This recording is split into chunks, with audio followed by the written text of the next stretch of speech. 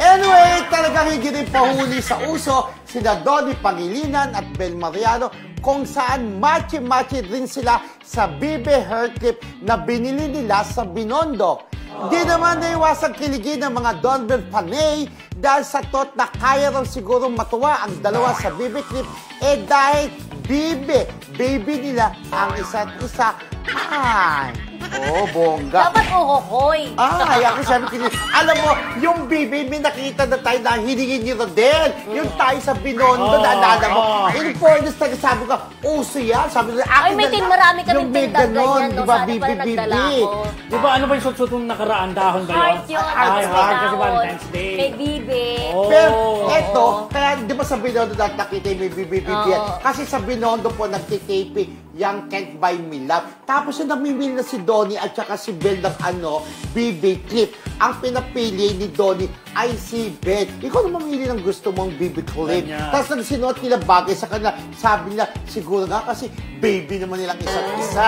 Pero, wala naman sila paggamit kung taga magjowa, di ba? Wala, pero malakas ang pakiramdam kung magjowa yan. Oo. Ikaw, Dred. Alam mo, di ba, may balita rin dati na yun. Nahiwalay. Nung usong hiwalayan, oo. Nauna sila. Nauna sila. Para feeling ko, kasabay nga ng yung pinahulaan natin, yung totoong hiwalay ba? Oo. Katniel, Sam Milby, tsaka Catriona, at tsaka sila. Donbel. Donbel, alin dun sa tatlong love teams ang totoong hiwalay, di ba?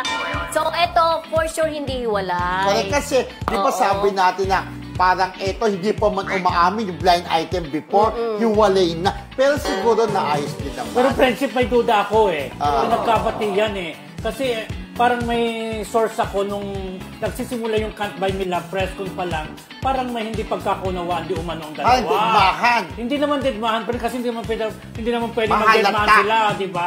Pero parang may pinagdadaanan yung dalawa that time. Oo, baka sabi ng management, naku, ayusin nyo yan, marami pa kayong projects together, Pero naayos. So, kita yung Can't Buy Me Love, talagang rating kung rating ang At labanan. pag-gabi friendship sa Netflix, Diyos ko, makikita mo yung Jones Bridge, andun sila, di ba? Yung gusto natin puntahan.